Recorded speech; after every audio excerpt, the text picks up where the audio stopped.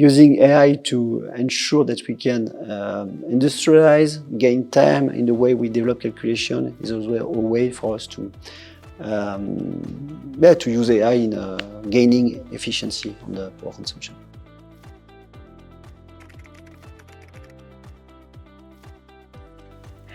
Welcome back to Let's Turn the Tide by Veolia in the Near and Middle East. I'm your host, Nadine Zidani. We are continuing our AI special series in collaboration with Sorbonne University Abu Dhabi, where we bring you thought-provoking conversations at the intersection of AI and sustainability. Today, we are diving into how AI is reshaping the future of seawater desalination, making it smarter, more efficient, and more sustainable. Joining me are two incredible guests. Dr. Giulia De Masi, Associate Professor and Principal Researcher at Sorbonne University Abu Dhabi, expert in AI, machine learning, robotics, and sustainability. And Adrien de Saint-Germain, CEO of Veolia Water Tech Desalination, leading desalination activities at Veolia. Adrien, Giulia, welcome to Let's Turn the Tide. Thank you. Thank you very much. Very happy to have you with us today. So before we dive into AI and desalination, I have a question for you, Adrien. I want, to set the scene for our audience and really understand why desalination matters in our region. So why is desalination such a vital solution for the Middle East region? Thank you. I think we have to come back of what was that region in the 50s or 60s last century. You can imagine there was very few people living there and almost no water. Then with the discovery of oil and gas, it bring a lot of industry in the region to develop that activity. And with people coming in, very quickly you are facing an important matter is you need water. Because if you want to develop life in any country, you need water. In many countries it's obvious, you got water since always, but here in this particular region, you need to find solution to bring water to the region to develop it. And then desalination come into the picture very, very quickly. Veolia joined that region in the early 70s. Here in Abu Dhabi, we opened our office in 71, and we developed our first project in Saudi Arabia, I think in 73. Okay, so Veolia is a partner of that region to develop water availability, to fight water scarcity since that time. And by the time we develop larger and larger projects to produce more and more water, and with always the main driver of reducing the energy demand for producing that water. So this has been the key driver of this desalination industry since the 70s. By the way, we have a full episode on desalination with one of your colleagues, Erwan Rouxel, CEO of Veolia Oman, where we deep dive into the process of desalination and how it works and all the expertise that Veolia has in this field. Now, let's talk about AI. So, Giulia, how AI can help basically improve seawater desalination? Yeah, so definitely, as we know, the desalination plants are a really key technology, as Adrien said, for this country, and AI can support a lot. So first of all, definitely it's to further improve the energy efficiency, because as we know, like in all the industrial processes, of course, there is some power consumption, and the work of the engineers nowadays is to minimize, of course, this consumption. And there is a huge effort effort, actually, mostly in this country, to rely on renewable energies. So essentially, by 2035, the countries would like to reach a very high percentage of the energy used for desalination based on solar plants. And of course, when we talk about solar plants, AI play a big role because the solar plants are, the efficiency is very much related to weather conditions and also to dust conditions. So as we know, right in the sky, here there is some suspended particles, some aerosol, and this aerosol is impacting the visibility. So what AI can do nowadays is to predict essentially in advance which is the visibility, and in this sense also to optimize the processes in order to minimize the energy that is used for these plants. And the same, of course, is for weather, right? In general, for weather conditions, to know in advance which is the weather expected in the coming days allows essentially to tune the process in a way that we minimize the energy consumption. And then definitely there is also a second big role of AI, which is in operation and maintenance. So in the past, of course, the operators were relying on some fixed schedule. So they were regularly checking the plants to be sure that they were properly working. And there are big problems, right, in desalination plants, like, for instance, in those related to reverse osmosis, for instance, there is the presence of scales on the membranes or fouling, so essentially some deposits on these membranes. AI allows to monitor in real time the presence and the increase of these deposits on the membranes using data collected by sensors which are deployed actually in the full plant. And then AI can process this data and make a prediction. So we do what we usually call a predictive analytics. So we are able to know in advance which is the expected deposit on these membranes, and so the human operators can act in advance. So not in a reactive way, but I would say in a proactive way that minimize the downtime of the plants, so the plant can be operational in continuous time, and this is also very valuable in terms, again, of energy efficiency. Amazing. So very practical examples of how AI can be applied in seawater desalination. So over to you, Adrien. Do you have examples where AI has been already used by Veolia in desalination plants? Yeah, I think it's quite interesting because you were mentioning use of AI in the way we supply the energy, and which is very true here, where you have to adapt with renewable like solar and with old-fashioned energy like gas plants. But I will mention as well the way we use the energy inside the plant, because here as well we believe that we could improve the energy efficiency of the plant. We try to measure it by the number of kilowatt per hour that you are consuming to produce 1 cubic meter of water. It's a key indicator for us in our industry. We used to be at 5 when we dropped to 4, when we're now reaching below 3. So we are continuously improving on that one. And we do believe that by using AI tools in the operating time of the plant, I mean during the life of the plant for 25 or 30 years, we can continue to improve this KPI along the way. We are developing a service about that to help our O&M teams, whether belonging to Veolia or whether belonging to our customer. And yes, definitely, AI will be a lever for us to provide that services to our customers. So that's a very good example. The second one is about, yes, operation and maintenance. More and more, we will develop tools based on data. We have, as you mentioned it, many sensors in the plant. And these sensors are providing in real time many amazing number of data. If you can collect those data, bring them together, develop algorithm, yes, you will make the life of our operator much more easier. And we are working on it. In our recent project in Dubai, we are planning to develop a digital twin. It's a way for us to ease the construction and commissioning phase, but it will be as well very useful during the O&M phase that will come afterwards. Do you have any insights on real projects where AI drastically decrease energy consumption in some of your plants? We are gaining in energy consumption during the O&M phase by 3 to 5%, depending on the case.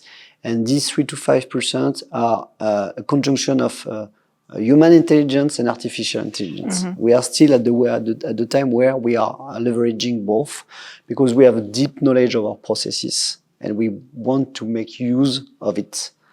And then we add the AI to make sure that we can industrialize what we have found. So what we found in a plant, we can copy and adapt in another plant by using AI.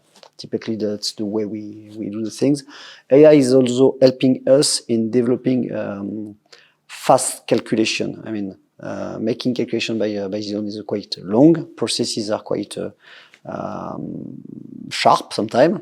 And using AI to ensure that we can industrialize, gain time in the way we develop calculation is also a way for us to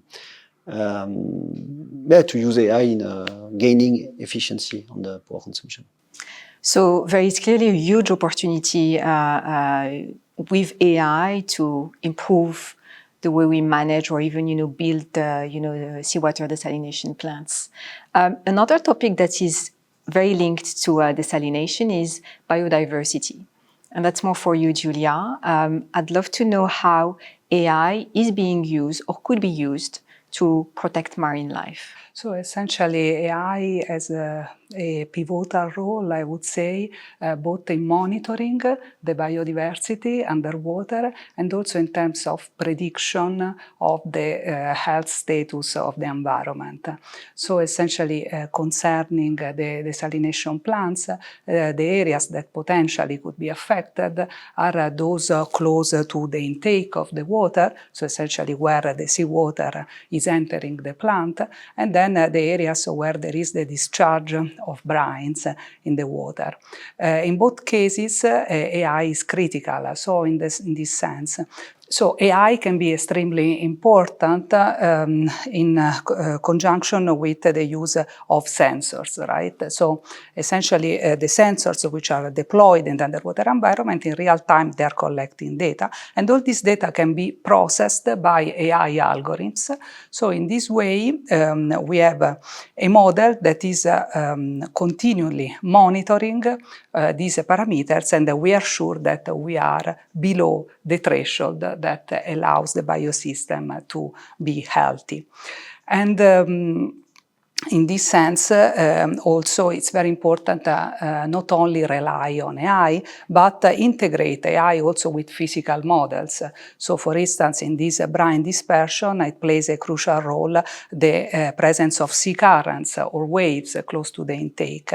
So nowadays we have amazing coastal models that can simulate the presence of currents. So we can combine the measured currents with the prediction of the currents in the coming days, and this is a way to optimize the discharge, being sure that we are fully compliant with the environmental regulation and we don't affect the underwater environment. Do you have any insights from one of your projects or any data that you could share with us? Definitely, definitely. So here in Sorbonne, we have at least a couple of projects in this sense. So one is essentially based on a swarm of robots that can be used for monitoring in real time the sea floor and the environment. So in the past, essentially, we were relying on some divers, on some operators that were doing some regular sampling, but you can understand that this is coming with some limitations, right? So nowadays, we can use fixed stationary stations underwater, but also robots that can also collaborate in a way to map very wide areas in front of the plants, collecting data in real time and monitor also the environmental conditions. So essentially not only the physical parameters, but also, for instance, using cameras, they can really monitor the health status of corals or of seagrass meadows, and of course all the fish species that are close by.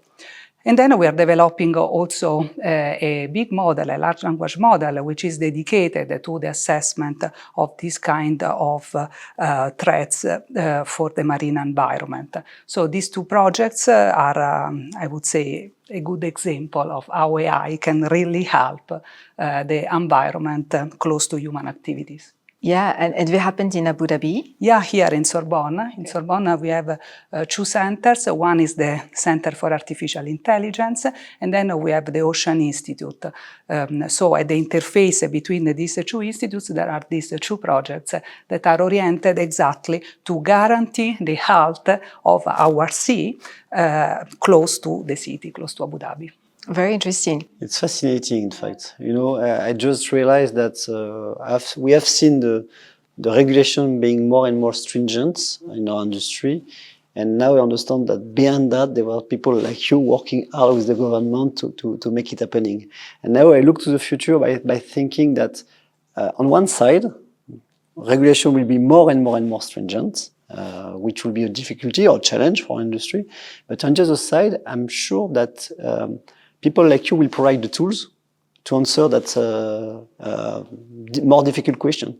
So I'm quite sure that in the next decade we'll develop an industry that will be that will fine-tune the way we took the water from the sea and the way we discharge our brines. And this will be more efficient on one way and more respective of the environment, which is on both sides.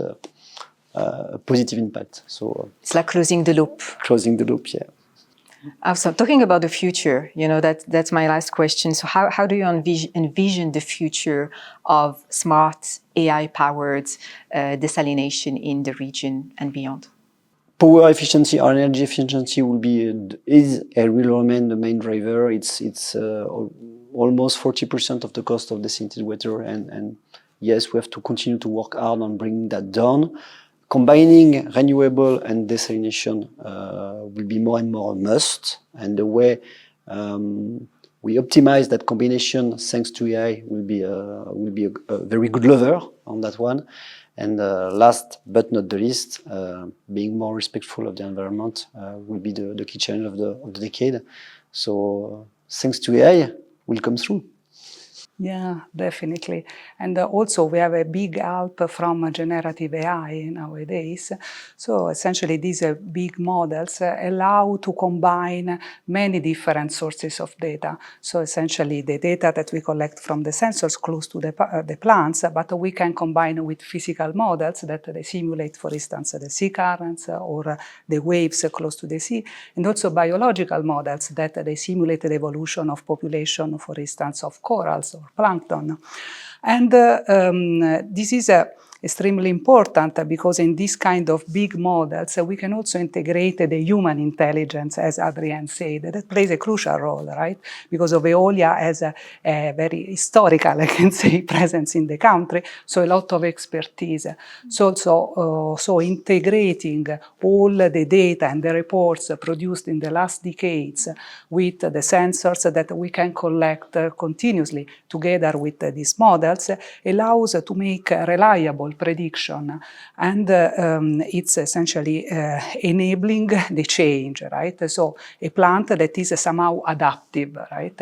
So based on the outcome of these AI models, the operation can be fine-tuned in order to guarantee the efficiency, of course, of the production, which is very important for us, for the population, and at the same time, the health status of the environment.